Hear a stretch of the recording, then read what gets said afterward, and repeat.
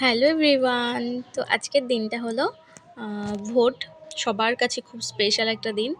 আর আরও একটা স্পেশাল দিন ছিল আমার মেজো জেঠুর নাতি মানে দিদির ছেলের মামা ভাত। তো দেখো স্নান টান করে একদম শাড়ি টাড়ি পরে ভোট টোট দিয়ে রেডি হয়ে চলে যাচ্ছি জেঠুদের বাড়ি। কারণ এই যে আমাদের পুচকু বাবাটা আজকে মামা ভাত খাবে। তো